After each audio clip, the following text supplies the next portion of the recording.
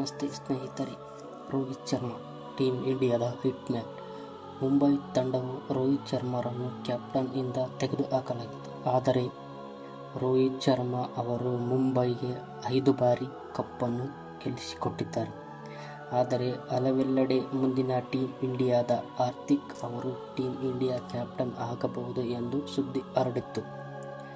ರೋಹಿತ್ ಶರ್ಮಾ ಅಂತಾರಾಷ್ಟ್ರೀಯ T20 ಕ್ರಿಕೆಟ್ನಿಂದ ದೂರವಿದ್ದಾಗ Hardik Pandya T20 ತಂಡವನ್ನು ನಾಯಕರನ್ನಾಗಿ ಆರಿಸಲಾಗಿತ್ತು.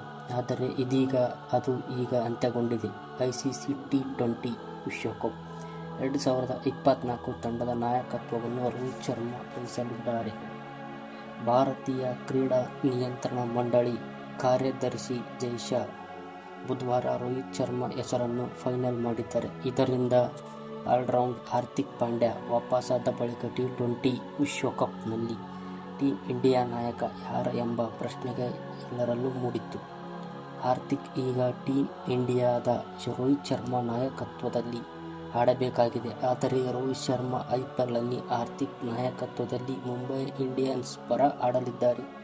ಭಾರತ ಮತ್ತು ಇಂಗ್ಲೆಂಡ್ನಲ್ಲಿ 3ನೇ ಟೆಸ್ಟ್ ಪಂದ್ಯಕ್ಕೂ ಮುನ್ನ ಬಿಸಿಸಿಐ ಆಯ್ಕೆ ಸಮಿತಿ ರೋಹಿತ್ ಶರ್ಮಾರನ್ನು ಅಧಿಕೃತ ಘೋಷಣೆ ಮಾಡಲಾಯಿತು.